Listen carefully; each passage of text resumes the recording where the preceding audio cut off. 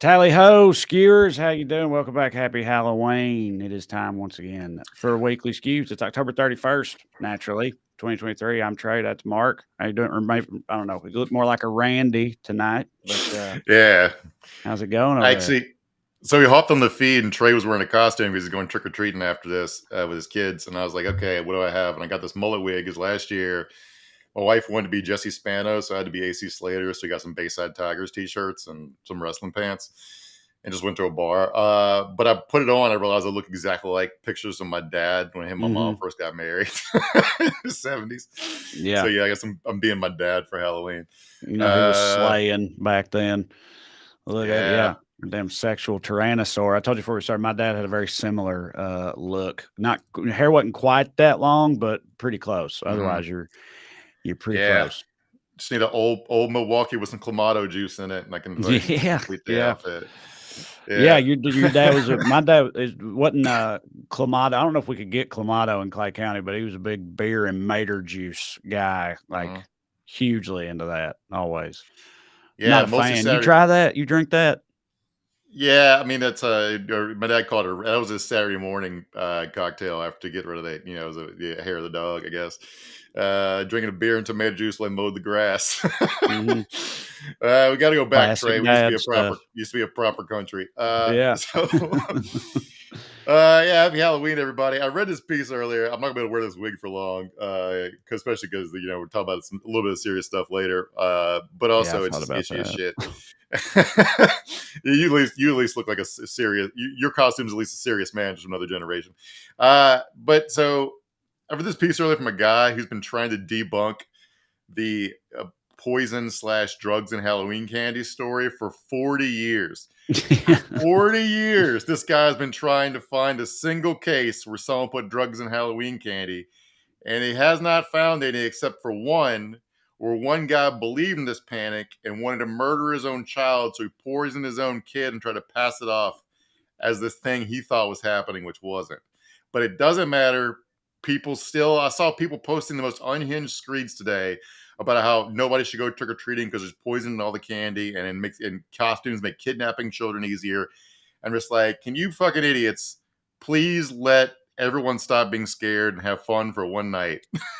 Yeah. I Yeah. mean, like, what was like, I mean, yeah, I remember, it became a thing, and I guess it's still a thing, like, to only take like wrapped candies and that type of thing. Cause, used to people like would make whatever little like popcorn balls or like homemade treats and shit like that. Hmm. And I remember like when I was a kid, at some point there was like a shift where it was like, yeah, don't accept anything like that. Can't have that. They might have, drugs in it or razor blades and the caramel apples. Remember that was a Hmm. specific boogeyman that they put forth. I mean, is there any kind of tracing the origin of this? Because everybody's heard it at this point and has been around forever. But like, does anybody know like when that happened or where it came from? It's just one of those things that just popped up. Yeah, I did. I tried to find because I remember last year Fox News went all in on the rainbow hunt on the candy, and it doesn't appear to be any sort of organized planning like that this year. But I did find where Border Patrol found a bunch of like they packaged up heroin inside like ornate candy wrappers and a couple different seals to try to smuggle it across the border. And I was thinking about how like drugs are expensive. That's why one reason drug dealer wouldn't give them away for free to kids who wouldn't know where they got Right. it, wouldn't know where to come Right. back to buy more. But like, how can it be so valuable that the cartels will invest in intricate packaging to get it across the border, but so worthless that people will give it away for free just to get kids high or something? It doesn't make none of Right. it makes any sort of sense. But I'm glad there wasn't outside of a few people on social media, there wasn't any sort of organized news. Sort of like pushing of this panic. So at least we moved on from that for a little bit, at least. So that's good. I can't do that. It's too itchy. Hair. Did I ever tell you I have nightmares about having hair?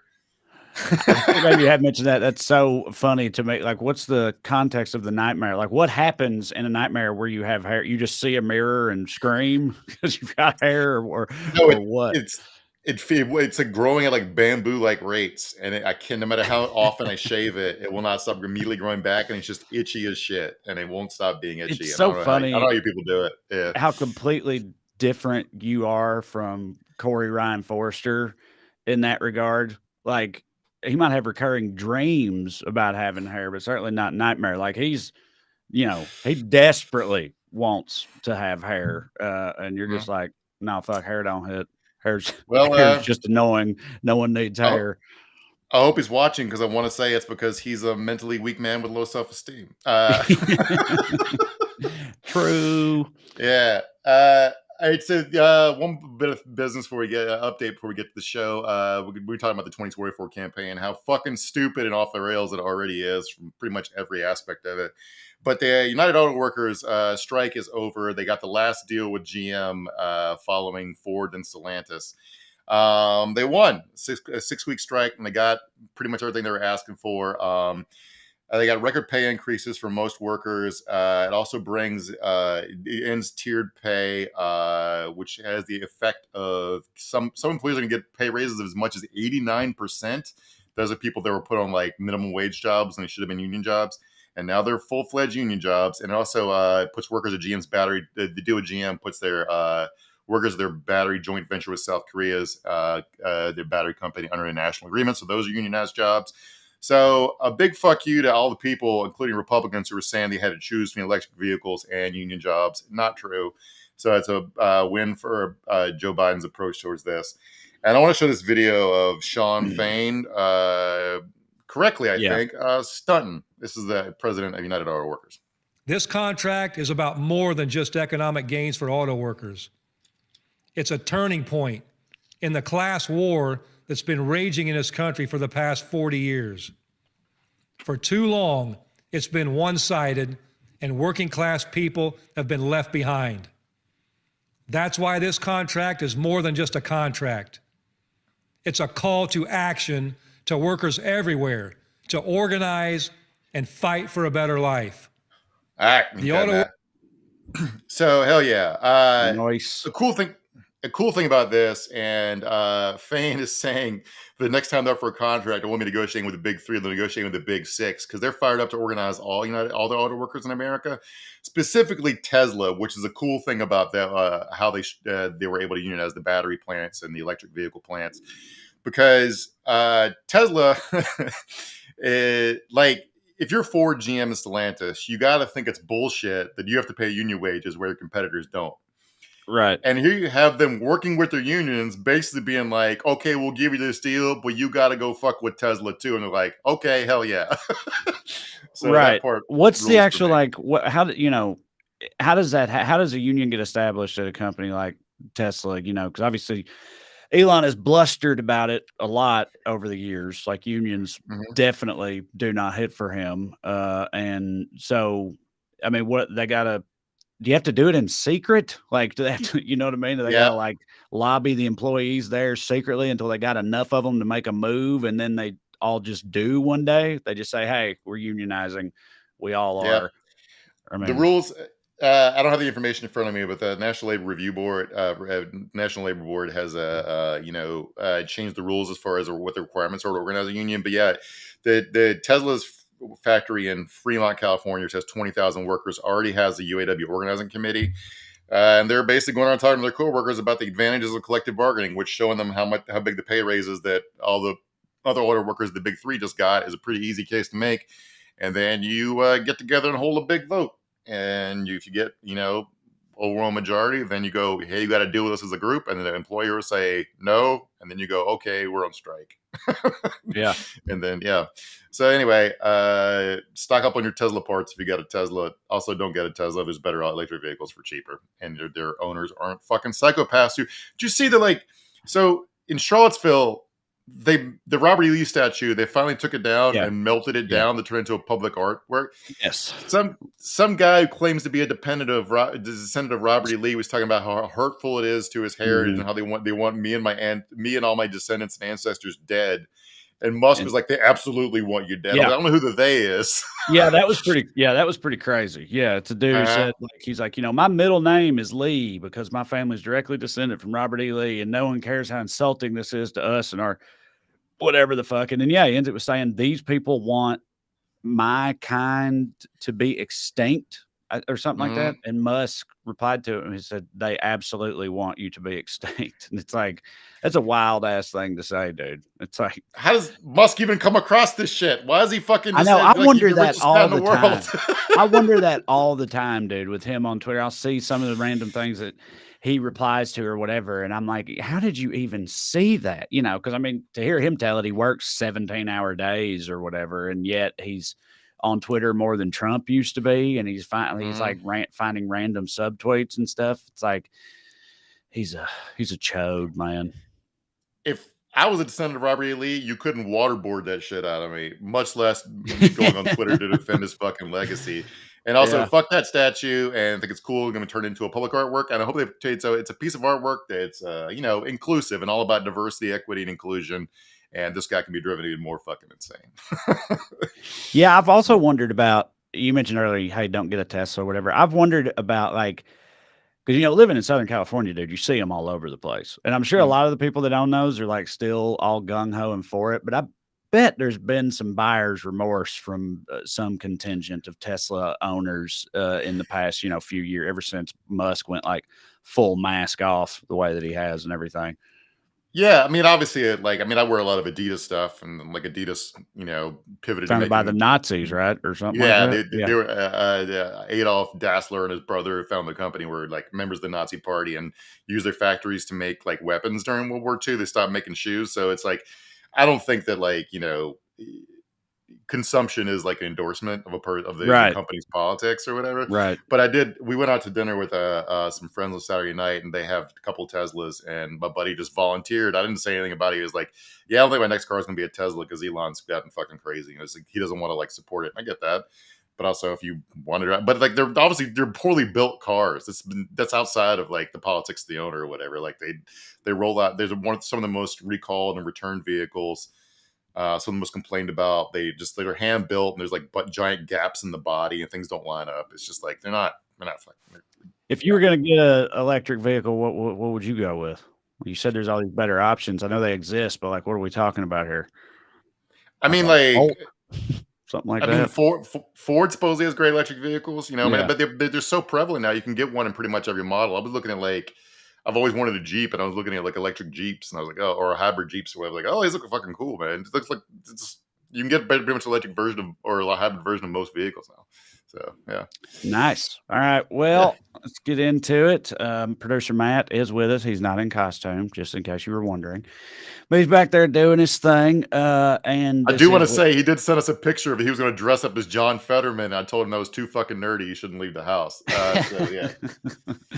Yeah, he's back there pulling the strings, doing the things. This is Weekly Skews. Before we continue, I want to remind y'all of a few things. Of course, number one, if you'd like to see me perform live stand-up comedy, go to TreyCrowder.com. Come and see me on the road. I'll be in Phoenix this weekend, then Chicago, San Francisco, Northwest Arkansas, and Nashville at the end of the year. And then we got some 2024 dates coming soon. So check it out, TreyCrowder.com. Also at TreyCrowder.com, you can see a link to our me and Corey's new book, Around Here and Over Yonder. It's a comedic travel guide. It's very funny. People like it. I think you'll like it too. Check it out. Or you can opt for the audiobook version, which we do read, and it's a lot of fun. And then lastly, if you enjoy this program and would like to show your support, you can do so by signing up on Patreon. You go to weeklyskews.com/more, or just go on Patreon and search for my name. You can find it either way. $5 a month gets you access to full-length bonus episodes. We cover things that, come up in between the shows or that we don't have time for, or just other stuff we want to talk about. It's a lot of fun. You can sign up on there, get some more skews in your life, and support the show in the process. As for tonight, like Mark said earlier, we're going to be getting into the already ridiculous 2024 elections, not even 2024 yet, and things are already heating up in terms of absurdity. We'll get into it a little later, but first, we begin, of course, with the Daily Dumbass. Matt, graphic, please.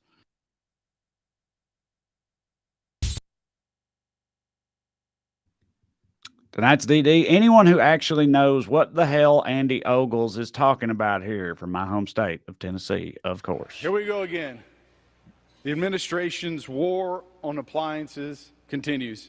First, it was gas stoves. Then it was water heaters. And now it's ice makers. I live in the country. I like a glass of iced tea. Operative word there is ice. All right, okay. last time we talked Biden about coming Ogles. for our ice makers now. I'm trying to say, Mark, I this would be a bit of a line in the sand for me. Joe Biden tries to take my ice maker. I am an ice loving son of a bitch. I have to admit. So I want to keep the government out of my freezer. God damn it. got a glass of ice water right here. We have like my wife is very particular about our ice, so we have a standalone ice maker that makes nuggets or something. I don't know. It's a waste of money, but so I have good news for you though. Is the last time I don't think this is real. Surprise. Right. But I the last time we talked about Ogles, he had fabricated his entire resume, and it turns out I guess he fabricated a moral panic, a consumer product moral panic over nothing. Because I looked through the news, I couldn't even find a press release from him trying to tell me what this was about. The closest thing I could find is a statement from the Consumer Product Safety Commission where they recalled 8,800 ice makers because the blades of the auger in the ice maker can break, resulting in small pieces of metal going into the ice basket, posing a laceration hazard. I don't want metal in my ice. Hell no. Cut me. But there's less than 9,000 people in America are going to have to go through the hassle of mailing their ice maker in for a new ice maker, and this is communism, Trey. Yeah, moral panic, right? Is this this ain't the one you got? Did you check that? You said you got a standalone ice maker. It makes like nuggets or whatever, right? Well, that's what this is. It'd be wild. How wild would it be if Andy Ogles ended up like saving you from ice laceration with his insanity? Man, I didn't even connect to my own life. I guess I'm gonna get off. I gotta check, make sure I'm not gonna die from my ice maker. So yeah, this is, but like the house is gone insane even more than you. Like we had the whole speaker fight. We had the whole Patreon episode on Friday, walking through my new speaker Mega Mike Johnson's biography, and so his wife apparently runs. I won't walk through everything, but he's like a crazy creationist, right wing, election denying psycho who all thinks gay sex should be criminalized, not just gay marriage shouldn't be legal. But so his wife apparently runs some sort of pastoral consulting service company that tells preachers how to helps churches with their workplace standards or something. And she had to take down her website because she had language on there. Let me read it from the Huffington Post. Her company's called Onward Christian Counseling Services, and she took down her website a day after the HuffPo pointed to documents on the site that compared homosexuality, bestiality, and incest. Her name's Kelly Johnson. The website stated that the business is grounded in the belief that sex is offensive to God if it is not between a man and a woman married to each other. And I just have to say, sex being offensive to God is kind of what makes it hot. Of course. Yeah. Same reason the devil hits, because he likes butt fucking and whatnot.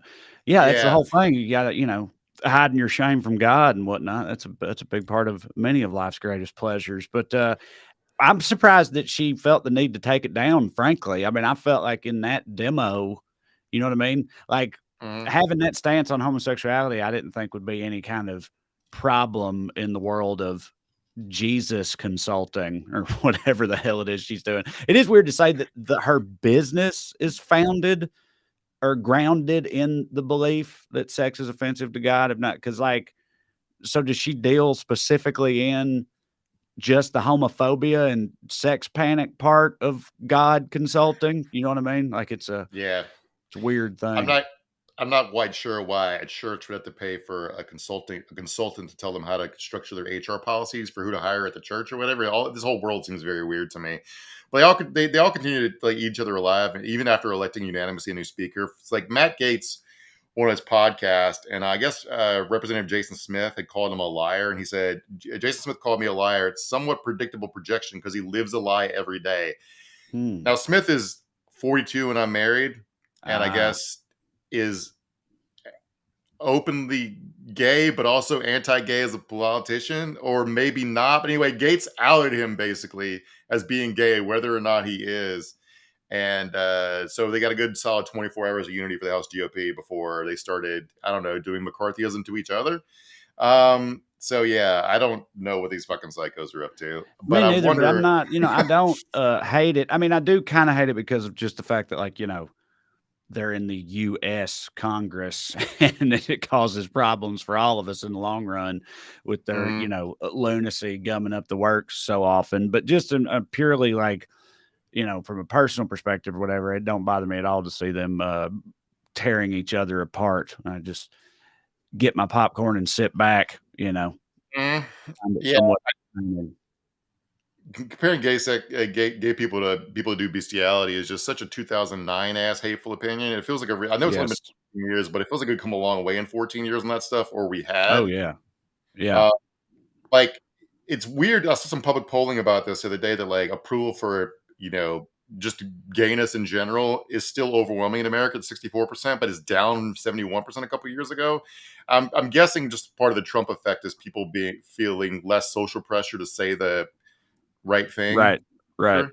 Oh But yeah. still fucking not great. But yeah, I don't. It's crazy ass country. Yep. And our honorable Speaking of which, mention. Yeah. Speaking of which, our honorable mention for Daily Dumbass. Anyone who doesn't think that whoever the next Republican president is wouldn't go full Vlad the Impaler on some asses. Let's see what Vivek has to say about Israel's situation. I would love nothing more than for the IDF to put the heads of the top 100 Hamas leaders on stakes and line them up on the Israel-Gaza border as a sign that October 7, 2023 will never happen again, and then to use all of those saved resources to build the border defenses of the future. But that is Israel's decision to make. The heads on spikes move is Mhm. not the same. It's not exactly the same kind of PR swing that it was in the dark ages. You know what I mean? Like, I feel like it doesn't. I don't think it has exactly the same effect that it used to. But it used to be very effective, as I understand it, back when we still didn't believe in math and all that type of shit. So, but yeah, it's a wild thing to say out loud. It's like obviously Hamas sucks, but 100 heads on stakes outside the city walls or whatever, like, good lord. Yeah. I mean, I'm not a pacifist. I don't have any problem with like killing members of Hamas who've enlisted voluntarily, Right. as soldiers in a gross war. But I do wanted to say that people are feeling empowered. Going back to like openly saying awful shit in that poll about gay people, like the people like are just feel this conflict has enabled people to say some of the most awful shit. Yeah. Some of it's just historically tone deaf. Some of it's just idiotic. Like, a spokesman for Israel was talking about he compared their strategy against Hamas to like America after Pearl Harbor doing like the Jimmy Doolittle raid on Tokyo and the Dresden fire bombings. And I just want to say, like, everyone all over the world was so grossed out by how World War II was fought. Everybody came together after World War II and invented a concept known as war crimes, so people wouldn't do that anymore. Right. And like nobody was like, "Man, I'm glad we did the Dresden fire." I mean, we won the war, but you know what I'm saying? Nobody thought there's like, "Wait, maybe we should not have targeted civilians on purpose as a part of destroying the Nazi war machine." But yeah, I mean, Kurt Vonnegut wrote about the horrors of the Dresden firebombing like, decades ago or whatever. Like, I feel like it's not. I've never gotten the impression that it was like a celebrated thing that happened, in spite of the fact that like we were the good guys and we won the war or whatever. Yeah. But yeah. When you're comparing your strategy to U.S. dropping the atomic bombs on Hiroshima and Nagasaki, it's like, okay. I mean, like, historians could debate whether or not that was useful all day, but no one thinks it was good that it came to that. I don't think so. Anyway, the hate crime, like one of the reasons, Secretary of State Blinken testified for the Congress today, and he was interrupted by a protest calling for a ceasefire. And it's this position of most countries and governments and organizations around the world that to call for a ceasefire. Doctors Without Borders, a lot of members of the United Nations, a lot of countries in Europe, yada yada yada. Two big standouts not doing so are the United States and of course Israel. And Blinken and Kirby from the National Security Council said it'll give Hamas time to regroup. Yada yada. Yeah. Anyway, Hillary said the same thing. I saw there was a clip of her that went viral. Asking like, if you were Secretary of State, what would you? And she said the same thing. She's like, that's just not how it works. She's like, if you have a ceasefire, all that's going to do is give Hamas time to beef up and do more Hamas shit or, whatever. It was a little more eloquent than that, the way she put it, but, you know what I mean? Yeah. I just like this thing where we pretend they're on equal, like it's an equal fight or something where like Hamas has any regrouping to do is weird to me, although I'm not an expert on it. So maybe I'll point on that, but I think it'd be useful for the rest of us to have a ceasefire because the world is fucking tearing itself apart. The hate crimes worldwide Yeah, dude, some of are, them are crazy. Like, there's some yeah. crazy shit going on around the world as a result of this whole thing. So, just a short list. Here in LA, police have opened a hate crime investigation after a guy yelling "Free Palestine," which is probably fine. Then kill Jews, not fine. He could be kicked in the Right. back door of a Jewish family's house and entered. That's not fine. The Pennsylvania state capitol, man pulled up to a pro-Palestine protest, yelled anti-Muslim racist slurs, and pointed a gun at people from his car. Synagogues and Jewish-owned businesses have been vandalized all over the country. Flyers saying Jews wage war on American freedoms were put on vehicles all over Orange County here in California. And that's just the anti-Semitism. It doesn't have anything to do with the conflict, really. But like Palestinian restaurants are getting downvoted on Yelp, which I don't know what the connection is there. But like also like a Jewish owned ice cream shop in San Francisco shut down after being graffitied. None of this has anything to do with anything. And like everyone's just sort of, we talked about it on Friday a little bit. Everyone's just enlisting in this war, and I don't know. Mm-hmm. It's like a weird main character syndrome thing happening, but also like Fox News is telling people that 10,000 Hamas fighters are streamed across the southern border, which is not mathematically possible. And a woman in Dorchester, England. Did we talk about this? I can't remember. I don't think I mentioned on the show. I think I might have texted you guys about it, but. So Hamas on the October 7th attack, one of the ways they attacked was using paragliders, parachute planes with a fan on the back. I mentioned those before. Yeah.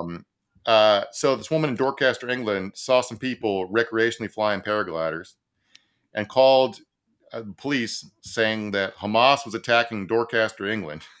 Right.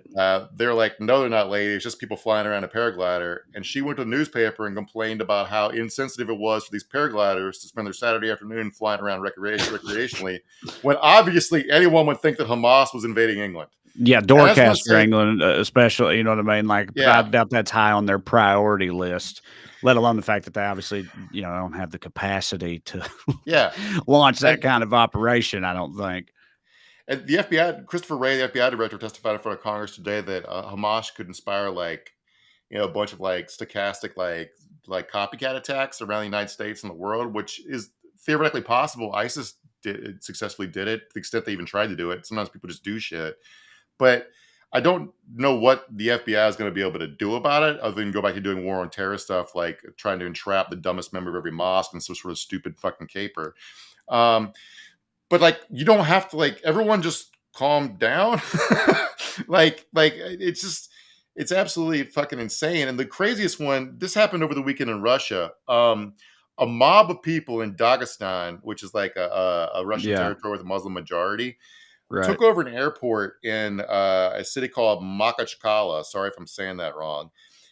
A flight landed from Tel Aviv, and they just took over the airport looking for Jews to kill.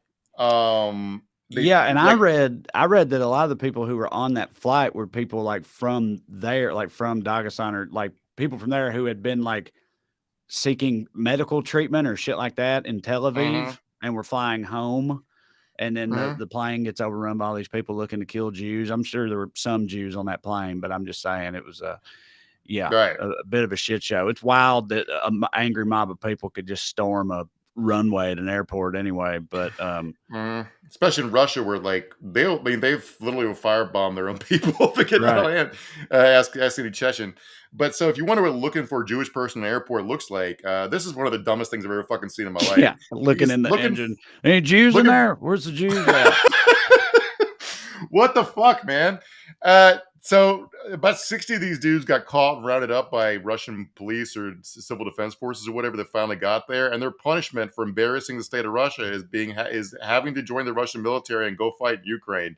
Yeah. So RIP to those dudes. Oh God. But it's just so back here in America, a Muslim woman was sitting at her apartment complex picnic table, was stabbed to death in Texas last week. That was just 2 weeks after a 6-year-old in Chicago was stabbed to death by his landlord because his family was Palestinian. And that guy was friends with them. he wasn't just a landlord. He was friends with the family, but watched the news and got so mad at just the general concept of Palestinians. He attacked a woman and a kid and killed the kid. And the woman last I saw was surviving, but like, so her kid fucking died, dude. And this is like nationalist governments and movements are going to grab a hold of this to tear everybody apart because that's what they fucking do, and not just here in the United States, but all over the world. It's just like, and this is a fight ostensibly between like Arab Muslims and Jewish Israelis that is somehow going to end up making Jewish people worldwide and Muslims worldwide Yeah, less safe. It already has. for sure. It's definitely like just an excuse for big chunks of the populace on both sides of it to, just openly air their hatred, racism, or xenophobia or whatever. Because I do a lot of this shit, and again, it is on both sides of it. But like, like you said, a lot of these like free Palestine rallies and stuff that happen in this country or in London or wherever, and it's like a lot of like college kids and that type of shit. But at every one of them, there are also people there literally chanting to kill the Jews and that type of thing. Mhm. Like they just openly talk, I mean, they want to eradicate them. And then the same thing is true on the other side. And it's just like, I don't know. It's just really showing a lot of people's Yeah. true colors in their response to this situation. I'm seeing articles by out and out white supremacists who are, anti-Semitic, having like articles reposted from theirs by ostensibly left-wing people who agree with the point but don't know they're siding with literal Nazis. Right. Yes, I, I know. Yeah, exactly. I know yeah, that type of thing is what's been so wild. It's like just as a lefty or whatever, you gotta be more careful with this particular subject, or at least that's how I yeah, feel about it. You know what I mean? Because there's a lot of whatever you may have the purest of intentions where all this goes or whatnot, but like, you'd be getting into bed with some unsavory types when it comes to all right. that. And it doesn't. No, I'm not even. I was gonna say it doesn't mean their points wrong. Like Hitler liked dogs. I like dogs. We can agree on one thing, right? Yeah. But like, it doesn't fucking. It's still not a good look to be like, just don't promote these people. But like, while there is anti-Semitism, there's anti-Semitism everywhere. Right? There's anti-Semitism on the left, but like most of it in American politics, the organized part of it is very right wing, right? And so this fight is made for such strange fucking bedfellows. Like Ron Right. DeSantis has gone all in on being pro-Israel, while at the same time protecting and coddling a bunch of neo-Nazis in Florida, Right. right? Yeah. I mean, it's one of And the strangest dichotomies in all of American politics, and we've mentioned it multiple times in the past couple of weeks about how, like, I mean, because you're right. Like, generally, which side hates the Jews or is anti-Semitic? The right, but they're also fervently pro-Israel, at the same mhm, time. And again, there's a bunch of reasons why. And some of the hardcore Christian ones, it's like biblical in nature and whatnot. But I mean, either way, it's a wild dynamic. right. And if somebody's like, I suppose, like if I was a Jewish person in Israel and an American evangelical was like, we support you, and I'd be like, thank you. But then the second part of that is I support you because I believe in the book of Revelation is literal. And I think that for Jesus to come back, you have to Right. die in a horrible war and then go to Right. hell. Right. And then be Yeah. like, wait, that's not the kind of support. Yeah. Right. Well, not that part. I don't like that part. Yeah. Yeah. So this one guy, state rep named let me find his name here. State representative named Randy Fine, who's one of the I think the only Jewish member of the Florida legislature. He was a big DeSantis supporter, and because of when talking about a bunch of Nazis have been around Florida hanging up signs and stuff. We talked about it before, but like chanting stuff like Jews get the rope, hanging swastikas over freeway overpasses. DeSantis has made it a point to stay quiet over this. Other Republicans in the state have condemned it. And DeSantis, whenever he's asked about it, acts like it's a trap to like make it look like he's siding with the Nazis, which is very easy. All you do is say, I don't support Nazis, but then the Nazis don't like you and you get less votes. So that's the trap he's in, right? So Right. this guy named Fine wrote an opinion column. He said DeSantis' failure to confront anti-Semitism more publicly had, quote, broken his heart. In an interview with the New York Times, he said he'd been dismayed by Mr. DeSantis' lack of leadership after the neo-Nazi marches, so he decided to endorse Donald Trump. Donald Trump, who famously owned one book, and it was a book of Hitler speeches that he kept on his bedside table, and last week said Hezbollah is smart. Uh, Right. So yeah, I don't think your calculator is working right on this one, Mr. Fine. But I understand as a Jewish Republican, your options are limited. But maybe you should reconsider the Republican part of your identity. So in other political news having to do this, House Republicans, after finally having a leadership and getting back to being able to pass bills, are trying to figure out what to do about Israel and Ukraine aid. The Biden administration's asked for $14.3 billion for Israel, and they're trying to counter it by saying, okay, we got to balance it out, so we're going to cut $14.3 billion from the IRS funding in the Inflation Reduction Act. All right, right. The IRS, yeah, which serves to collect the money for the $14.3 billion. Yeah, right. Yeah, like the. Yeah, it's an incredibly cynical move for a couple of reasons. One, every dollar you cut in IRS funding, you lose about $2 of revenue. So basically, cutting $14 billion from the IRS adds about $30 billion to the deficit. Also, like the IRS finally got around. I think everyone's been complaining about for years. It got around to in this bill giving money to build a free digital tax filing system. They had never done because it would fuck with H&R Block's money and what's the tax TurboTax. TurboTax, yeah. They were just trying to protect their little their little hustles. So they finally got around to passing that. The GOP is trying to do away with it to make you pay to do your taxes again. You got to pay somebody else to give the government their money. There's also a thing where, like, if you actually want to fight terrorism, one of the ways the government does it is the IRS cracks down on the kind of like dark money floating around the international finance that funds terrorism. Here's an operation a couple months ago where the IRS criminal investigation special agents from the cybercrime division played a central role in seizing Hamas-linked cryptocurrency accounts, because pretty much the only use case for cryptocurrency is doing illegal shit or terrorism internationally. And so they're trying to make it easier to fund Hamas. Right. In the guise of helping Israel. So fuck these guys. While also increasing the deficit, people. costing the country more money. And fuck it, everything they do is just, completely counterproductive. But, gotta make it look like you're doing, everybody hates IRS agents. Get rid of them, help Israel out. So it's a win-win, except if you don't think about it.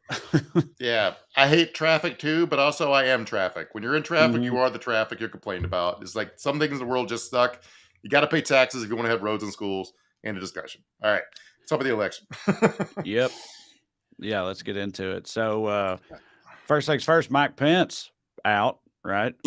Yeah. Wonder how much that had to do with that picture that everybody saw. We shared the picture, right, on the previous episode of Skews, I think, with him in like some like CVS pharmacy, or it looked like it was him like at an event, and there was like 8 old people there who looked like they wanted desperately to die rather than be there. Like they're just like their faces were just like, not a single one of them seemed to be enjoying it. It looked like they were forced there against their will or something. And shortly after that, he drops out. I'm sure he had a few of those in a row and was like, okay, maybe this isn't working. Yeah, that was the peak of Pence momentum, I think. But it might be going even worse for Ron DeSantis, who's now pretty much solidly in third behind Nikki Haley. And he went on a podcast the other day hosted by a Trump supporter, and I cannot imagine this going more humiliatingly, and he just hit playback. I'm sure your marketing team points out how they're trying to troll you in the marketplace. Okay, I'm sure they're doing that. Can you bring this one clip? I know you were on, what do you call it? On, what was it? Bill Maher, and Bill Maher talked about the boots. I've seen you walk with these boots. Go ahead and play this clip. This on TikTok went viral. It doesn't have 1 million views. It doesn't have 10 million views. This thing's got 1.2 million likes. And some people are wondering, what are they? I don't even, I haven't seen that. They've not shown this to you. Okay, no. What they're trying to say with this is that in your boots, you have heels. No. That's what they're trying to say. Those are just standard off the rack Lucchese. How tall are you, Governor? How tall? 5'11". 5'11". Okay. Why don't you wear tennis shoes and dress shoes? I do wear tennis shoes when I work out. Yeah, 100%. You do? Yep. Okay. I got a gift for you. I'd love for you to wear, I shop at Ferragamo. And put on the shoes, Ron. I don't accept gifts. I can't accept it. I'm sorry. Choose us to try on the shoes this guy bought so he can do a height test in a different pair of shoes, something what he's wearing. Wait, by the way, like he said he's 5'11 there. According to the Yale's baseball roster, when he was on the team, he was listed 5'11 there too. So if he's been lying about his height, he's been doing it for 20 some years. So Yeah, and 5'11 is like, I mean, I know, apparently like on Tinder, 6 foot's the absolute minimum. I've always heard, but like, that's like the acceptable standard, which is ridiculous, by the way. But I'm saying 5'11, it's not absurd. Like that's a perfectly respectable height to be 5'11. it's above average. So if he actually, yeah, right. So like, because we're going to see another video here in a minute. I mean, I feel like the evidence is pretty compelling, personally, that something is up with his footwear. Yeah. But if he is legitimately 5'11, I don't understand why he's fooling with it. If he's like, he just got to be as tall as Trump in his mind or something. I don't know. Yeah. Yeah, I mean, the taller guy usually wins an election, so he's got a real dilemma there. But also, like, Joe Biden beat Trump, and he's shorter than Trump, so I don't know. But so I was thinking about this, and him wearing lifts, and Donald Trump wearing makeup, and Trump also might be wearing lifts. And I wonder if Ron DeSantis wears Spanx. So I googled it, and there was a hit on it about somebody theorizing that's where he's standing so weird, to where he wears Spanx. But also, there's a huge trending hashtag on TikTok called Ron DeSantis shapewear. So apparently, people are already on this beat. But after this horrific encounter on this podcast, Politico interviewed 3 expert shoemakers who make shoes with lifts in them for short people about whether or not DeSantis is wearing height boosters. And they were like, oh, yeah, definitely. They can tell by looking at the shoes that he's definitely wearing lifts in his shoes or extra high heels or whatever inside his shoes. Because there's something about the way the boots are built, like the top's too wide, which is what happens. That's why you watch like it you can see the outline of the top of his boots and his pant leg because the lift's pushing. I don't know. These guys are experts. You can go read the article. I mean, they do look weird. Right. I'm not a boot expert, but I feel like anybody can just look at the boots he wears and something does look off about them for sure. So if he's like expert bootmakers, like, yeah, what's off about him is there's fucking high heels in there or whatever, then like I'm inclined to believe it. I'm no bootmaking expert either, but the funny part was these bootmakers. One of them is in Houston. Apparently, he makes custom boots with lifts in them for politicians all the time, all over Texas. Yeah. It's apparently a really common thing. But you don't have to be a boot expert because I just watched this viral video. And Matt, remember not to play the sound of this one because it's set to "Staying Alive" by the Bee Gees. Yeah, you guys just imagine "Staying Alive" playing in your head as you watch this because it does fit the video pretty well. But yeah, this was to me. This was like when I saw this, when they slowed it down and I saw what they're actually talking about here, I was like, oh shit. Okay. Like I feel like this is just let it go. It's they slow it down. Watch the front end of his foot when it comes up. Look, that right there. Yeah. You see that? It's very weird. And they pause it, don't they? Or something. There you go, Matt. There you go. Look at that right there. Yeah, it reminds me of how I used to walk when I was a little kid wearing my dad's work boots.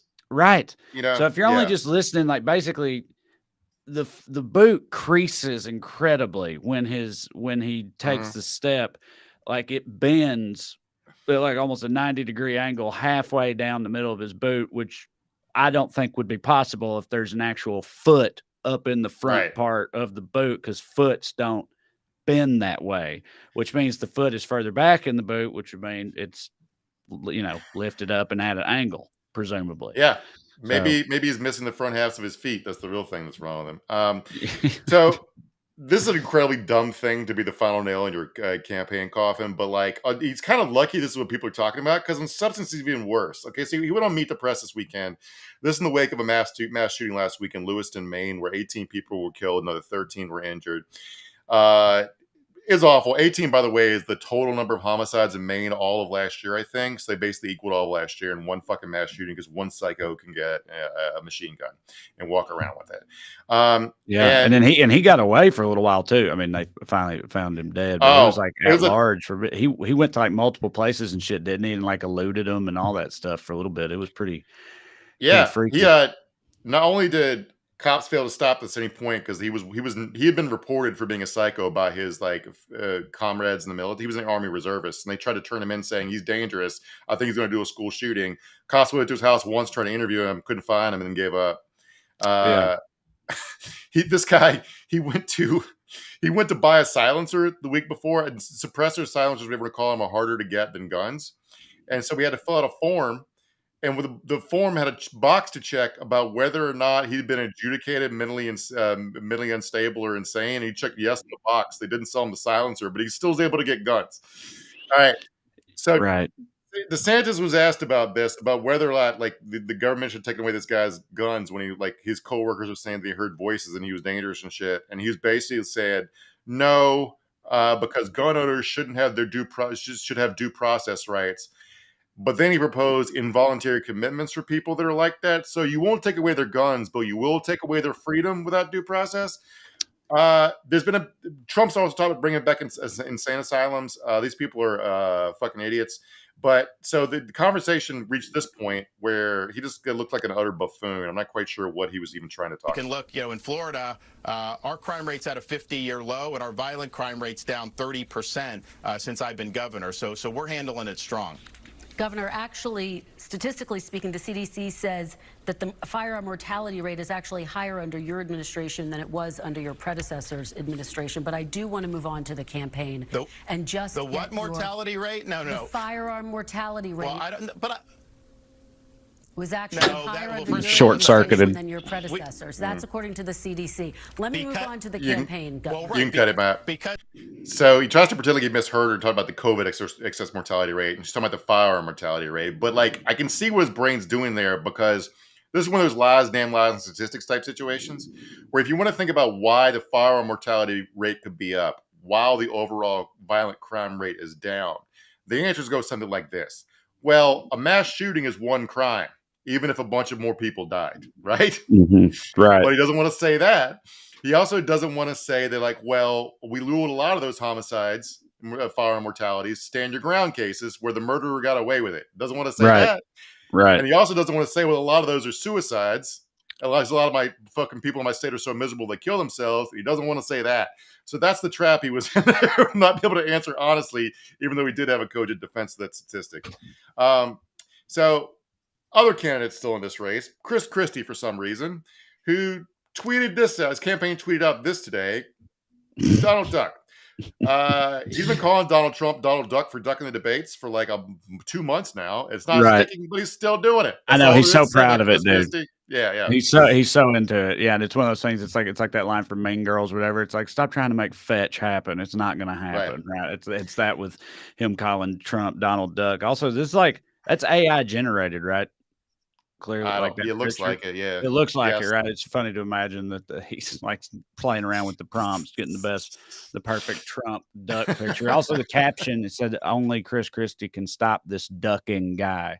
So a little autocorrect joke in there. I saw all the top replies to it that I saw before I stopped scrolling were just people saying, "You suck." This stuff only works for Trump because his fans are the dumbest people on the planet. They hoot and holler for it. It's not going to work on any fucking normal person. It's stupid. So let's talk about Joe Biden for a minute, because like Republicans for some reason cannot figure out a thing to attack him on.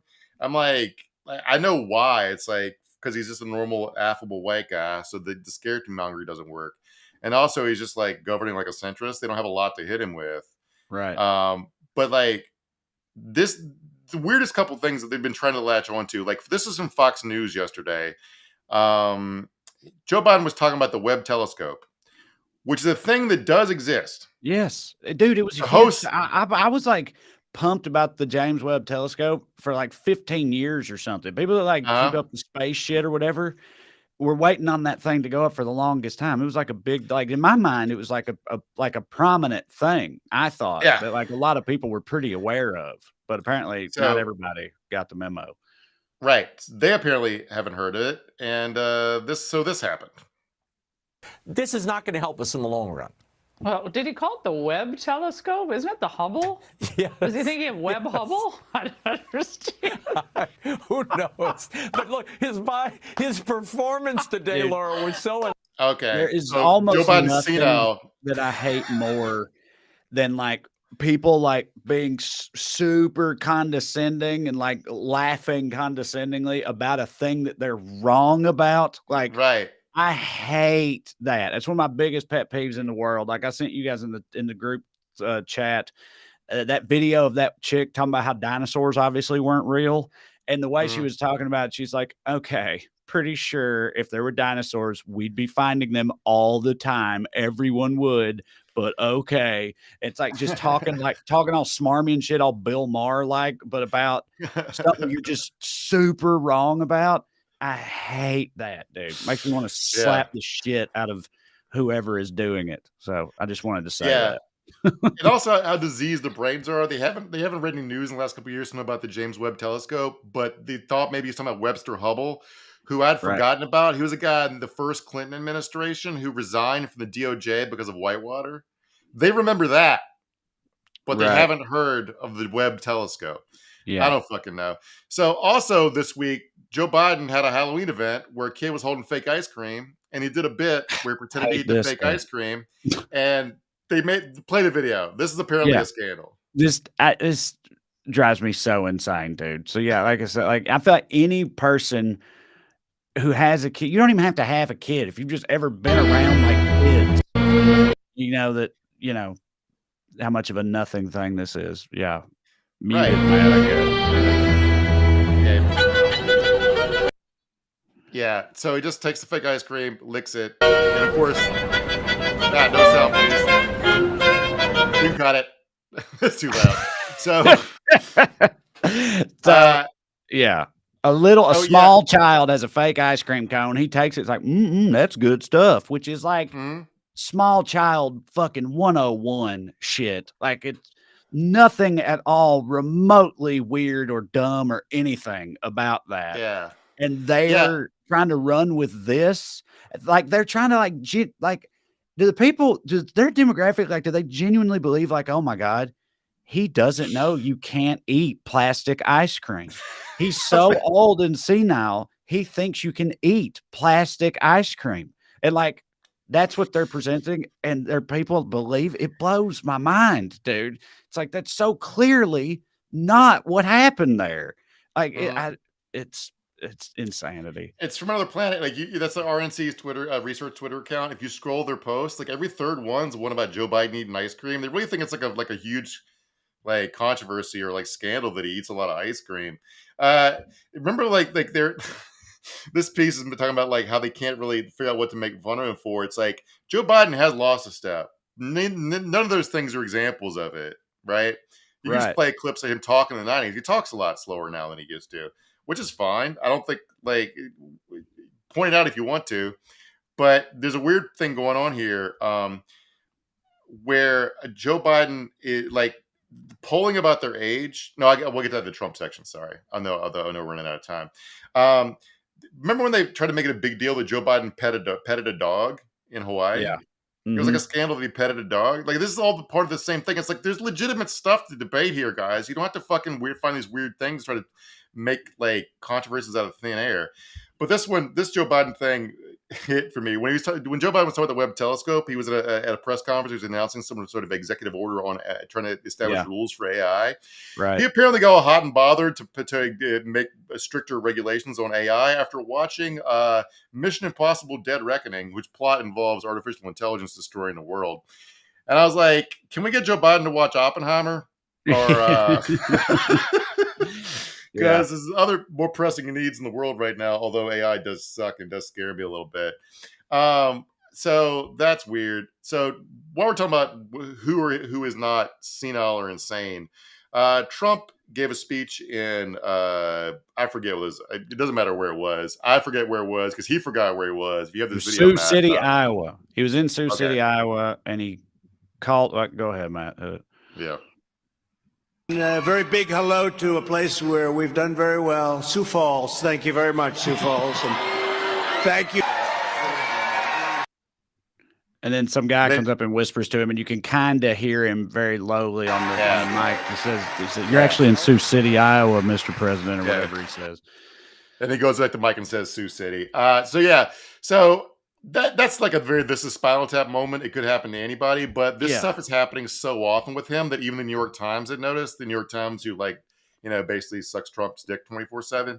This headline here: how Trump's verbal slips could weaken his attacks on Biden's age. And this article points out that the wrong city thing steps on a bit Trump's been doing in his stump speech for months.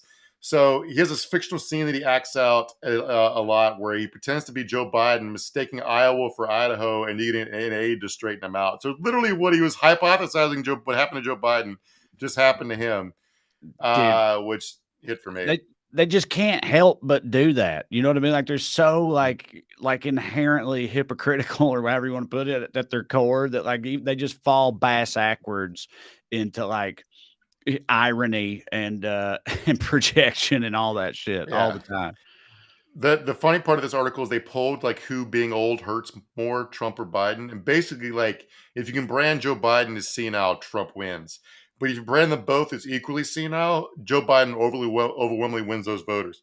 So basically, voters are like, "Well, if a choice between a senile guy and a psychotic guy, I will take the psychotic guy." But Right. a choice between a senile guy and a senile psychotic guy, I will take the first senile guy. Right.